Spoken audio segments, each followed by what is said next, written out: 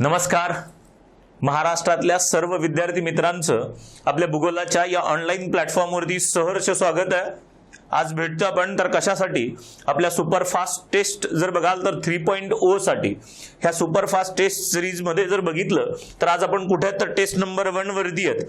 तुमच्या माहितीसाठी मी सुरुवातीलाच हे क्लिअर करतो, 19 मे, 20 मे आणि 21 मे 3 दिवस आपली ही जी काही सुपरफास्ट टेस्ट सिरीज आहे ही महाराष्ट्रातल्या सगळ्या विद्यार्थी मित्रांसाठी, जी लोक संयुक्त परीक्षा गट ब गट क 2026 चा अभ्यास करतायत किंवा काय वगैरे, तर त्या सगळ्यांसाठी ही 3 दिवस ही टेस्ट सिरीज कंप्लीट मोफत आहे. आज टेस्ट नंबर 1 च्या विश्लेषणाकडे येणार आहेत. टेस्ट नंबर 1 च्या विश्लेषणामध्ये प्रश्न क्रमांक 1 कडे जाऊयात. प्रश्न क्रमांक 1 काय म्हणतंय, पुढील विधानांचा विचार करा. हिंगोली जिल्हा बरोबर मराठवाड्यातला, ज्याला 6 जिल्ह्यांच्या सीमा लागून. हिंगोलीचा जर नकाशा तुमच्या डोळ्यासमोर असेल तर हिंगोलीला जर बघाल तर तुम्हाला परभणी, परभणी नंतर जालना, जालना नंतर बुलढाणा, बुलढाणा ते वाशिम, वाशिम ते यवतमाळ, यवतमाळ ते नांदेड, असे जवळजवळ किती जिल्हे आहेत. जर तुम्ही परभणी, जालना, बुलढाणा, त्याच्यानंतर वाशिम, त्याच्यानंतर यवतमाळ आणि त्याच्यानंतर तुमचा नांदेड जिल्हा, म्हणजे जवळजवळ किती जिल्ह्यांच्या सीमा लागून आहेत, तर 6 जिल्ह्यांच्या सीमा लागून आहेत. इथे दिसेल तुम्हाला परभणी दिसेल, ह्या बाजूला जालना दिसेल, बुलढाणा दिसेल, वाशिम दिसेल, यवतमाळ दिसेल आणि खाली नांदेड दिसेल. बरोबर, म्हणजे हे विधान काय असेल तर हे विधान बरोबर आहे. दुसरं विधान, परभणी आणि छत्रपती संभाजीनगर जिल्ह्यात तालुक्यांची संख्या जर बघाल तर ह्या दोन्ही जिल्ह्यांमध्ये तालुक्यांची संख्या किती आहे, 9 आहे. तुम्हाला जर तालुके बघायचे असतील तर हे तालुके आहेत, परभणी जिल्ह्यातले तालुके आणि त्याच्यानंतर कोण असतील तर तुमच्या छत्रपती संभाजीनगर जिल्ह्यातले तालुके.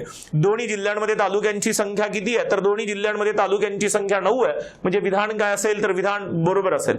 नकाशांचा अभ्यास लागेल, तालुक्यांची नावं माहिती असणं मस्त आहे. ह्याचा अर्थ कळतोय तुम्हाला या प्रश्नाचा अर्थ. दोन्ही विधानं बरोबर आहेत, दोन्ही विधान योग्य आहेत. तर पर्याय क्रमांक कुठे असेल तर पर्याय क्रमांक 2 वरती असेल. बरोबर, म्हणजे ह्या बेसिक प्रश्नांमधून समजून घ्या की काय काय अपेक्षित असू शकतं परीक्षेला. परीक्षेला जिल्ह्यांचे नकाशे लागतील, परीक्षेला जिल्ह्यांमधल्या तालुक्यांचा अभ्यास सुद्धा लागेल. त्याच्यानंतर पुढे येऊयात, पुढचा प्रश्न क्रमांक 2 कडे येऊयात. बरोबर, दिलेल्या जिल्ह्यांचा क्षेत्रफळाच्या उतरत्या क्रमाने क्रम लावा, डिसेंडिंग ऑर्डर मध्ये अरेंज करा. आता इथं गंमत काय करेल एमपीएससी, हा एरिया जुनाच आहे, म्हणजे तुम्हाला सर्वात मोठे 5, सर्वात लहान 5 वगैरे तुम्हाला पाठही असतील किंवा काय वगैरे, पण गंमत जरा त्याच्यामध्येच खेळेल एमपीएससी. इथं जर बघाल तर गडचिरोली जिल्हा, नाशिक दिलाय, जळगाव दिलाय, चंद्रपूर दिलाय. आता बऱ्याच लोकांना ह्या दोघांमध्ये काही अडचण जात नाही का, कारण हे महाराष्ट्रातले सर्वात मोठ्या 5 जिल्ह्यांमधले जिल्हे आहेत. जसा अहिल्यानगर आहे, त्याच्यानंतर पुणे आहे, त्याच्यानंतर 3 नंबरला नाशिक आहे. उतरता क्रम म्हणल्यावर सुरुवात कोणापासून व्हायला पाहिजे, नाशिक पासून. मग ब वाला पर्याय बघा, ब वाला पर्याय इथं इथं इथं आहे. त्याच्यानंतर कोण असायला पाहिजे, तुमचा गडचिरोली आहे 5व्या क्रमांकावरती, महाराष्ट्रामध्ये सर्वात मोठा, म्हणजे अ नंबर असेल, ब नंतर अ इथं आहे, ब नंतर अ इथं आहे. आता गंमत फसली ह्या दोघांमध्ये. बरोबर, गंमत कुठे फसली तर ह्या दोघांमध्ये पहिल्या 5 सोबत जरा खालची नावं पण लक्षात ठेवा. खालची नावं कुठली लक्षात ठेवाल, तुमचा 5वा जिल्हा गडचिरोली, अहिल्यानगर, पुणे, नाशिक, सोलापूर, गडचिरोली. गडचिरोली नंतर कोण येईल तर सर्वात मोठा जिल्हा यवतमाळ, 6वा जिल्हा. 7वा जिल्हा कोण मोठा असेल तर अमरावती. अमरावती नंतर कोण आहे तर अमरावती नंतर जिल्हा येतो जळगाव, 11,700 चौरस किलोमीटरची रेंज असणारा. आणि मग जळगाव नंतर 11,400 चौरस किलोमीटरची रेंज असणारा कोण येतो तर चंद्रपूर. वरचे जसे 5 बघितलेत ना, जरा खालचे 1-2 पण माहिती असणं मस्ट आहे. इथंच एमपीएससी तुमचा कार्यक्रम करू शकते की पहिल्या 5 मधले 2 देईल आणि पुन्हा खालचे पहिले 5 सोडून खालचे 1-2 नावं विचारेल. इथं गडबड होऊ शकते. मग ह्या दोघांमध्ये मोठा कोण, ह्या दोघांमध्ये मोठा जळगाव, 11,700 वाला. म्हणजे कोण, ब नंतर अ नंतर क यायला पाहिजे. क कुठे आहे जर बघाल तर इथं पर्याय क्रमांक 3 आणि मग कुठं असेल तर ड वाली गोष्ट. पर्याय क्रमांक कुठं असेल, पर्याय क्रमांक 3 वरती यायला सुरुवात होईल. पुढे जाऊयात, प्रश्न क्रमांक 3 कडे जाऊया. तालुके आणि जिल्हे. मी मगाशी सांगितलं जिल्ह्यातले तालुके माहिती असणं मस्ट आहे. मंठा, मंठा कुठे येतो, जालना जिल्ह्यामध्ये जर बघाल तर परतूर असेल, मंठा असेल, त्याच्यानंतर तुमचा भोकरदन असेल, घनसांगवी असेल, ही सगळी कुठे आहेत तर जालन्यामध्ये असतील. त्याच्यानंतर कळमनुरी, कळमनुरी कुठे आला, हिंगोलीमध्ये आला. हिंगोली, सेनगाव घ्या, कळमनुरी घ्या, त्याच्यानंतर स्वतः हिंगोली घ्या, औंढा नागनाथ घ्या, हे सगळे तालुके हिंगोलीमध्ये आले. तेल्लारा, तेल्लारा कुठे आला तर तुमच्या अकोलामध्ये आला. बरोबर, बार्शी टाकळी घ्या, अकोला घ्या, तुमचा अकोट घ्या, तेल्लारा घ्या, ही अकोला जिल्ह्यात. उमरगा, उमरगा कुठे आला जर बघाल तर तुमच्या धाराशिव मध्ये आला, धाराशिव मध्ये. बरोबर, उमरगा घ्या, त्याच्यानंतर स्वतः धाराशिव घ्या, ही सगळी जर बघाल तर तुम्हाला कुठे असतील तर तुमच्या धाराशिव मध्ये असतील. 4, 1, 2, 3, 4, 1 जर बघितलं तर 2, 3 पर्याय क्रमांक कुठे जाईल तर पर्याय क्रमांक 4 मध्ये जाईल. बऱ्यापैकी ह्याच्यामध्ये काय वाचवू शकता अशा प्रश्नांमध्ये एक साधी सिंपल गोष्ट बघा. अशा प्रश्नांमध्ये तुम्ही जरा वेळ वाचवू शकता जर पर्याय सोपे असतील तर. पहिला 4 वाला कुठे आहे जर बघाल तर 4 इथंच आहे म्हणजे 50% आलात. 1 कुठे आहे जर बघाल तर 1, 4 नंतर 1 प्रश्न इथं. पुढे जाण्याची फार गरज पडत नाही. अशा प्रश्नांमध्ये सिंपल साधा वेळ वाचवा, पण वेळ वाचवण्याच्या नादात चुका होता कामा नयेत एवढी गोष्ट पण लक्षात ठेवा. पर्याय क्रमांक 4. त्याच्यानंतर येऊयात गोवा राज्यासोबत लागून असणाऱ्या तालुक्यांची नावं जर बघाल तर पर्याय ओळखा. गोव्याला महाराष्ट्रातल्या सिंधुदुर्ग जिल्ह्याची सीमा लागून आहे. सिंधुदुर्ग मधले दक्षिणेकडचे 2 तालुके लागून आहेत. एक कुठला तालुका लागून आहे, दोडामार्ग नावाचा तालुका लागून आहे. आणि दुसरा कोण असेल तर दुसरा तुमचा सावंतवाडी नावाचा तालुका लागून आहे. बरोबर, दोडामार्ग आणि सावंतवाडी. पर्याय क्रमांक कुठे जाईल तर पर्याय क्रमांक 3 कडे जाईल. ही गोष्ट बेसिक नीट लक्षात ठेवा. जिथं तुम्हाला तालुक्यांची संख्या कमी आहे, फॉर एक्झाम्पल गुजरात 4 जिल्हे 14 तालुके लागून आहेत. 14 तालुके माहित असण्याची गरज नाही संख्या, पण इथं फक्त गोव्याला 2च तालुके लागून आहेत तर तुम्हाला हे 2 तालुके दोडामार्ग सावंतवाडी आहेत. जसं दादरा नगर हवेली दीव दमणला 3 तालुके लागून आहेत. तुमचा तलासरी असेल, डहाणू असेल, जव्हार असेल तर पालघर मधले ते दादरा नगर हवेलीला लागून असणारे 3 तालुके सुद्धा तुम्हाला माहिती असायला पाहिजे. पर्याय क्रमांक कोण असेल तर पर्याय क्रमांक 3 कडे जाऊया. जर बघाल तर तेलंगणा राज्यासोबत महाराष्ट्रातले डॅश डॅश जिल्हे आणि डॅश डॅश तालुक्यांची सीमा लागून आहे. तेलंगणाला महाराष्ट्रातले 4 जिल्हे लागून आहेत. 4 जिल्हे बरोबर. 4 जिल्हे कुठले, एक गडचिरोली लागून असेल. त्याच्यानंतर तुमचा जर बघाल तर चंद्रपूर ते यवतमाळ ते नांदेड 4 जिल्हे. 4 जिल्ह्यासोबत किती तालुके लागून आहेत तर 17 तालुके लागून आहेत. 17 तालुके. 4 जिल्हे कोण असतील तर 4 जिल्हे 17 तालुके. पर्याय क्रमांक 4. मग बाकीचाही डेटा तुम्हाला माहिती असायला पाहिजे. बाकीचा डेटा कुठला माहिती असायला पाहिजे तुम्हाला? गुजरात सोबत सुद्धा 4 जिल्हे 14 तालुके बरोबर. त्याच्यानंतर मध्य प्रदेश सोबत 8 जिल्हे 24 तालुके. त्याच्यानंतर कोण येईल तर तुमचा छत्तीसगड येईल. छत्तीसगड 2 जिल्हे 8 तालुके. त्याच्यानंतर कोण येईल तर तुमचा तेलंगणा याला सुरुवात होईल. 4 जिल्हे 17 तालुके. त्याच्यानंतर कोण असेल तर कर्नाटक किती 7 जिल्हे जवळजवळ 18 तालुके. तुमचा नांदेड असेल, त्याच्यानंतर लातूर घ्या, धाराशिव घ्या, सोलापूर घ्या, त्याच्यानंतर तुमचा सांगली घ्या, कोल्हापूर घ्या, सिंधुदुर्ग घ्या. आणि गोवा कोण असेल तर गोवा एकच जिल्हा आहे. किती तालुके? 2 तालुके. तर 2 तालुक्यांची नावं माहिती. दादरा नगर हवेली एकच तालुका तुमचा पालघर, त्याच्यातले 3 तालुके. हे बेसिक नीट लक्षात ठेवा. कोणत्या राज्यासोबत महाराष्ट्रातले किती जिल्हे आणि किती तालुक्यांची सीमा लागून आहे ह्याचा अंदाज बेसिक माहिती असायला पाहिजे. क्लिअर. पर्याय क्रमांक कुठे असेल तर पर्याय क्रमांक 4. त्याच्यानंतर 6व्या प्रश्नाकडे येऊयात. योग्य विधाने ओळखा असं विचारलं तुम्हाला. किनारपट्टीजवळील भूभागाचे निमज्जन होऊन जर बघाल तर कोकणाची निर्मिती झाली आहे. ह्या शब्दाचा अर्थ कळतोय तुम्हाला? निमज्जन होणे जर बघाल तर जमिनीचा एक सलग भागातला एक तुकडा खाली खचायला सुरुवात होणे बरोबर. ह्यालाच तुम्ही साध्या भाषेमध्ये काय म्हणता? तुम्ही वाचलेलं असतं प्रस्तरभंग वाचलंय तुम्ही, प्रस्तरभंग बरोबर. प्रस्तरभंगामुळे कोकणाची निर्मिती आहे. आयोग फक्त शब्द बदलेल. त्या प्रस्तरभंगाच्या ऐवजी भूभागाचं काय झालंय? निमज्जन झालं. निमज्जन भूभाग खाली खचायला सुरुवात होणे. इथे जर बघितलं तुम्ही तर कोकणवाली गोष्ट आधी प्रचंड मोठ्या क्रॅक डेव्हलप व्हायला सुरुवात होतो आणि मग हळूहळू ही पश्चिमेकडची बाजू निमज्जन व्हायला सुरुवात होते, खाली खचायला सुरुवात होते. किनारपट्टी शेजारी असेल तर ह्याच्यातला काही भाग समुद्र तळाचा भाग सुद्धा बनायला सुरुवात होतो. त्याला निमज्जनाची प्रक्रिया म्हणतात.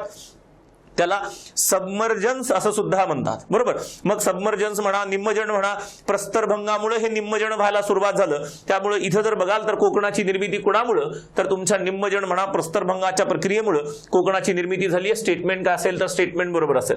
मग नवीन लांबी किनारपट्टीची, कोकण किनारपट्टीची नवीन लांबी किती? 877.98 किलोमीटर. पॉईंटमध्ये दिली ना मी 877 वाला भाग दिला इथं, तर स्टेटमेंट काय असेल तर बरोबर जवळजवळ 877 किलोमीटरची लांबी असेल. त्याच्यानंतर उत्तर कोकणात सह्याद्री आणि अरबी समुद्र यांच्यातलं अंतर वाढतं. उत्तर कोकण कसा आहे? उत्तर कोकण रुंद आहे. रुंदी कशामुळे वाढली तर अरबी समुद्र आणि सह्याद्री यांच्यातलं अंतर वाढलं म्हणून उत्तर कोकणाची रुंदी वाढली बरोबर. हेही स्टेटमेंट काय असेल तर हेही स्टेटमेंट बरोबर दिसायला सुरुवात होतं. म्हणजे जवळजवळ वरील सर्व विधानं काय दिसतील तर वरील सर्व विधानं योग्य दिसतील. पर्याय क्रमांक 4. कोकणाच्या निर्मितीबद्दल नीट वाचा. निमज्जन होणं, निमज्जन कोणामुळे तर प्रस्तरभंगामुळे होणं. निमज्जन म्हणजे भूभाग खाली खचून बऱ्यापैकी भाग समुद्र तळाचाही भाग बनतो, काही भाग कमी उंचीचा बनतो.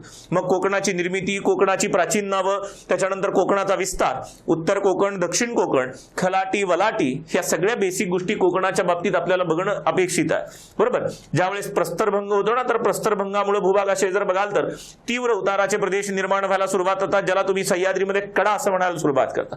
मग पुढे येऊयात. बेसिक इन्फॉर्मेशन तुमच्यापर्यंत पोहोचवण्यासाठी हा भाग थोडासा, ज्या लोकांना असं वाटतं की जॉग्रफीमध्ये क्विक रिव्हिजन झाली पाहिजे, बरोबर, ज्यांना जी लोक पुण्यात उपलब्ध नाहीत किंवा काय वगैरे, तर त्यांच्यासाठी आपण त्रिशूल नावाची एक ऑनलाईन रिव्हिजन बॅच आणली आहे, 1 डे रिव्हिजन बॅच आणली आहे. एक साधारणतः 15-16 तासामध्ये तुमचं सगळं जर बघाल तर महाराष्ट्र भारत सगळा PDF सहित उपलब्ध तुम्हाला ह्या बॅचमध्ये दिसेल. त्रिशूल नावाची बॅच आपल्या जॉग्रफी बाय अवधूत कल्याणे ह्या ॲपवरती उपलब्ध आहे. ज्या लोकांना वाटतंय रोज थोडं थोडं बघायला नको, एकाच दिवसामध्ये सगळा कार्यक्रम उरकला पाहिजे, त्या लोकांसाठी, आणि विशेषतः जी लोक पुण्यात आहेत, पुण्याच्या आजूबाजूला आहेत, ज्यांना पुण्यात येणं शक्य आहे, त्यांच्यासाठी ऑफलाईन रिव्हिजन बॅच आहे. कधी? 23 तारखेला. ह्याची सुद्धा प्रवेश प्रक्रिया आपल्याकडे चालू आहे. ही गोष्ट नीट लक्षात ठेवा. एका दिवसामध्ये महाराष्ट्र, एका दिवसामध्ये भारत, सकाळी 8 वाजल्यापासून संध्याकाळी 9 वाजेपर्यंत कार्यक्रम समाप्त, बरोबर. महाराष्ट्र भारत जवळजवळ 17-18 टॉपिक एका दिवसामध्ये. ह्याच्या सुद्धा तुम्हाला नोट्स उपलब्ध आहेत. ऍडमिशन प्रक्रिया चालू आहे, बरोबर. हे ऑनलाईन आहे, इकडे ऑफलाईन वाली प्रोसेस चालू आहे. मग येऊयात प्रश्न क्रमांक 7 वरती. दिलेल्या विधानांवरून योग्य डोंगर रांगा ओळखा. नीट बघा. महाराष्ट्रात 20 डिग्री उत्तर अक्षपथापासून सुरुवात होते. 20 डिग्री म्हणजे जवळजवळ महाराष्ट्राच्या मध्य भागापासून सुरुवात होते. ह्या भागापर्यंत येऊयात. मराठवाड्यातील बीड लातूर जिल्ह्यातून विस्तार पुढे कर्नाटक तेलंगणामध्ये होतो. बीड लातूर मध्ये जाणारी डोंगर रांग कोणती आहे? अंदाज आला असेल तुम्हाला. असे स्टेटमेंट फक्त तुम्हाला वर कन्फ्यूज करण्यासाठी, थोडंसं घाबरवण्यासाठी पहिलं स्टेटमेंट, पण खाली जरा शांत डोक्याने वाचाल तर तुम्हाला स्टेटमेंट कळेल. बीड लातूर मधून जाणारी कोड जी तुमच्या कळसुबाईला सुरू होते, अहिल्यानगर जिल्ह्यात सुरू होते, ती कोण आहे? तर तुमची हरिश्चंद्र बालाघाट नावाची डोंगररांग आहे. आणि ती हरिश्चंद्र बालाघाट डोंगररांग कुठे येते? बीड लातूर वाल्या भागातून पुढे सरकायला सुरुवात होते. आणि हीच हरिश्चंद्र बालाघाट डोंगररांग काय करते? गोदावरी आणि भीमा नदीचं खोरं वेगळं करते. सिंपल सरळ सरळ स्टेटमेंट आहे. कोणाच्या बाबतीत दिलेलं स्टेटमेंट आहे? हरिश्चंद्र बालाघाट नावाची डोंगररांग आहे. पर्याय क्रमांक कुठे जाईल? तर पर्याय क्रमांक 2 कडे उत्तर जाईल. सेम अशीच जर बघाल तर सातमाळ अजिंठामुळे, इथं सातमाळ अजिंठामुळे कोण वेगळं झालं? सातमाळ अजिंठा तौला नाशिक पासून सुरू होते. उत्तरेला तापी, दक्षिणेला गोदावरी. शंभू महादेव डोंगर रांगांमुळे कोण वेगळं झालं? उत्तरेला भीमा नदी, दक्षिणेला कृष्णा नदी वेगळी झाली. जर बघाल तर हे इथं काही, जर बघाल तर हे काही वेगळे असं काही नाही, ह्याचा काही भाग नाही. पण ह्या 3 डोंगररांगा आपल्याला महत्वाच्या दिसतील किंवा काय, ह्या सह्याद्रीचा विस्तार आहे महाराष्ट्र पठारावरती झालेला. पर्याय क्रमांक कोण? 2. पुढच्या प्रश्नाकडे येऊयात. डेक्कन ट्रॅप या शब्दाचा संबंध खालीलपैकी कोणत्या घटकाशी आहे? डेक्कन ट्रॅप म्हणजे कोण? महाराष्ट्र पठाराची रचना डेक्कन ट्रॅप सारखी आहे. मग महाराष्ट्र पठार कशाशी संबंधित आहे? कारण महाराष्ट्र पठाराची निर्मिती ज्वालामुखी आहे, बरोबर. ज्यावेळेस महाराष्ट्र पठाराची निर्मिती होत होती, वेगवेगळ्या कालखंडात जवळजवळ 29 ते 30 वेळेस वेगवेगळ्या भागात ज्वालामुखीचे उद्रेक झाल्याची नोंद आहे. 29 ते 30 वेळेस जर उद्रेक झाले असतील तर प्रत्येक उद्रेकाच्या वेळेस जो लावा बाहेर पडला असेल त्याचे थरावरती थर साचले असतील, बरोबर. पहिला उद्रेक झाला, पहिला थर, दुसरा उद्रेक झाला, दुसरा थर, तिसरा उद्रेक झाला, तिसरा थर, असे थरावरती थर, थरावरती थर, थरावरती थर साचून कुणाची निर्मिती आहे? तर तुमच्या महाराष्ट्र पठाराची निर्मिती आहे. आणि ज्यावेळेस लावा रसाचे असे थरावरती थर साचून निर्मिती होते, जर बघाल तर त्याला ट्रॅप म्हणतात. आणि हे भारताच्या दक्षिण बाजूला निर्माण झालंय म्हणून ह्याला डेक्कन शब्द जोडला गेला, म्हणून नाव काय पडलं? जर बघाल तर डेक्कन ट्रॅप नाव पडलं गेलं. डेक्कन ट्रॅप ज्वालामुखी लावा प्रदेश असेल किंवा काय वगैरे, ज्वालामुखी पासून निर्माण झालेल्या, ज्वालामुखीच्या लाभापासून निर्माण झालेली रचना आहे. संबंध कुणासोबत असेल तर ज्वालामुखी सोबत असेल. महाराष्ट्र पठाराची रचना ही डेक्कन ट्रॅप सारखी आहे. ही गोष्ट नीट लक्षात ठेवा. हे कधी ना कधीतरी विचारलं जाईल तुम्हाला येणाऱ्या परीक्षांसाठी वगैरे. महाराष्ट्र पठार निर्मिती, महाराष्ट्र पठार विस्तार, महाराष्ट्र पठारावरच्या डोंगर रांगा, महाराष्ट्र पठारावरती असणारे छोटे छोटे डोंगर आणि टेकड्या. 4-5 मुद्दे नीट बघा महाराष्ट्र पठाराच्या बाबतीमध्ये. त्याच्यानंतर कुठे याल? त्याच्यानंतर पुढे याल. महाराष्ट्र पठाराची दक्षिणोत्तर रुंदी जर बघाल तर उत्तर दक्षिण म्हणा किंवा दक्षिणोत्तर किती आहे? महाराष्ट्र पठार पूर्व पश्चिम लांबी 750 किलोमीटरची आहे, पण उत्तर दक्षिण लांबी किती? उत्तर दक्षिण लांबी 700 किलोमीटरची. 20 किलोमीटर कोण आहे? तर सातपुडा आहे, वर सातपुडा. त्याच्यामुळे महाराष्ट्र पठार किती? उत्तर दक्षिण लांबी किती असेल? तर 700 किलोमीटरची असेल. ही गोष्ट नीट लक्षात ठेवा. महाराष्ट्र आणि महाराष्ट्र पठारात फरक पडतो. महाराष्ट्र म्हणलं तर 800 किलोमीटर पूर्व पश्चिम लांबी, 720 किलोमीटर उत्तर दक्षिण लांबी. महाराष्ट्र पठार म्हणलं की 750 पूर्व पश्चिम आली आणि उत्तर दक्षिण किती आली? तर 700 किलोमीटरची. पर्याय क्रमांक कुठे जाईल? पर्याय क्रमांक 3 कडे जाईल. हा एवढा भाग. इथं जर दाखवायचं म्हणलं तर हा पोर्शन तुम्हाला काय दिसेल तर महाराष्ट्र पठाराची उत्तर दक्षिण लांबी 700 किलोमीटरचा भाग दिसेल किंवा काय वगैरे. पुढे येऊया. महाराष्ट्र क्षेत्रफळाच्या किती टक्के भागावरती तुमचा बेसाल्ट खडक पसरलाय? महाराष्ट्र जर बघाल तर तुमच्या कोकणाच्या पश्चिम बाजूला कोण आहे? कोकणाच्या जर बघाल तर कोकणवाल्या बाजूला, सह्याद्रीवाल्या बाजूला जांभा खडक आहे. पूर्व विदर्भात आलात तर पूर्व विदर्भात तुम्हाला जर बघितलं तर आर्कियन दिसेल, त्याच्यानंतर धारवाड कडप्पा सारखे खडक दिसतील. बेसाल्ट कुठे आहे तर हा भाग बेसाल्ट वाला आहे. हा भाग बेसाल्ट वाला आहे आणि तो महाराष्ट्राच्या क्षेत्रफळाच्या किती टक्के भागावरती आहे तर जवळजवळ 81% भागावरती कोण पसरलाय तर महाराष्ट्र पठाराच्या महाराष्ट्राच्या 81% भागावरती कोण आहे तर महाराष्ट्राच्या 81% भागावरती तुमचं बेसाल्टचं अस्तित्व आहे. ही गोष्ट नीट लक्षात ठेवा. पर्याय क्रमांक कोण असेल तर पर्याय क्रमांक 2 महाराष्ट्राच्या बाबतीत. पुढे येऊया. खालीलपैकी कोणत्या राज्यांची सीमा नागपूर प्रशासकीय विभागाला लागून आहे त्यांचा पर्याय ओळखा. नागपूर प्रशासकीय विभाग इथे दिसेल तुम्हाला. हा वाला पट्टा कोण आहे तर नागपूर प्रशासकीय विभाग आहे. नागपूर प्रशासकीय विभागाला कोण आहे? मध्य प्रदेश आहे. नागपूर प्रशासकीय विभागाला छत्तीसगड आहे. नागपूर प्रशासकीय विभागाला तेलंगणा आहे. 3 राज्यांची सीमा. कर्नाटक नाही, बाकी गुजरात नाही किंवा काय वगैरे. इथं आलात तर तुम्हाला कोण दिसेल? तुम्हाला तेलंगणा दिसेल, तेलंगणानंतर छत्तीसगड दिसेल, त्याच्यानंतर मध्य प्रदेश. कोण नाही? गुजरात नाही. त्याच्यानंतर कोण नाही? कर्नाटक. क, ड आणि ई.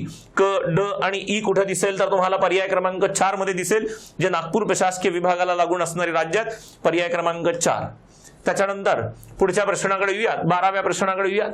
खालीलपैकी कोणती किंवा कोणत्या डोंगररांगा सातपुडा पर्वतरांगेचा भाग आहेत? सातपुडा कोण आहे? सातपुडा नंदुरबार मध्ये गेलात तर तोरणमाळ. सातपुडा गाविलगड मध्ये गेला, अमरावतीमध्ये गेलात तर जर बघाल तर गाविलगड. त्याच्यानंतर वैराट कोणाचा भाग आहे तर तुमच्या गाविलगडवाला भाग आहे. सर्वात उंच शिखर किंवा गाविलगडवाला जर परिसर बघून. बालाघाट मात्र सातपुडाचा काही संबंध येत नाही. बालाघाट कोण आहे इकडं तर तुमच्या सह्याद्रीची डोंगररांग आहे, हरिश्चंद्र बालाघाट म्हणून. म्हणजे कोण असेल? सातपुडाशी संबंधित अ, ब आणि क. सातपुडाशी संबंधित अ, ब, क. पर्याय क्रमांक कुठं जाईल तर पर्याय क्रमांक 1 वरती जाईल. बेसिक. पुन्हा 13व्या प्रश्नावरती व्याध योग्य जोड्या लावा. प्रमुख पठार आणि जिल्हे. बालाघाट पठार पुन्हा कुठं आलं तर बीड जिल्ह्यामध्ये आलं बालाघाट पठार. बीड जिल्ह्याची पश्चिम बाजू जर बघाल तर बालाघाट पठार म्हणून. औंध पठार कुठं आलं? सातारा जिल्हा जर बघितलं तर 1. मांजरा पठार कुठं आलं? मांजरा लातूरमध्ये आलं, लातूरमध्ये. बरोबर. 2. काठी धडगाव किंवा काठी धडगाव पठार कुठं आलं तर तुमच्या नंदुरबार मध्ये आलं. कुठं आलं तर नंदुरबार मध्ये. 4, 1, 2, 3 कुठे आहे जर बघाल तर 4, 1, 2, 3 पर्याय क्रमांक 1 मध्ये दिसेल. बरोबर. इथेही तुम्हाला सरळ सरळ उत्तर निघालं असतं. 4, 4 नंतर 1 कळलं असतं तरी पटकन जोडी लावता आली असती. पर्याय क्रमांक 4, 1, 2, 3 मध्ये दिसेल इथं. 14व्या प्रश्नाकडे येऊयात. महाराष्ट्रातले घाट मार्ग या बाबतीतल्या जोड्या लावा जर बघाल तर. तुम्ही लाईन शिकला असताल क्लासमध्ये. युट्यूब वरती ह्याचे सगळे लेक्चर्स आपल्या युट्यूब वरती उपलब्ध आहेत जर बघितलं तर. थांबचंदा माळावरती बोर झालंय, वर खंबा घेऊन पाण्याचा कुंभारलीला जाऊ. हे पहिले जर बघाल तर 6-7 घाट आहेत आणि त्याच्यानंतर अंबा हनुमान फोड तो आंबोलीमध्ये ही दुसरी लाईन. 11 जवळजवळ 11 घाटमार्ग आहेत. तुमचे प्रश्न आरामात सुटले पाहिजेत.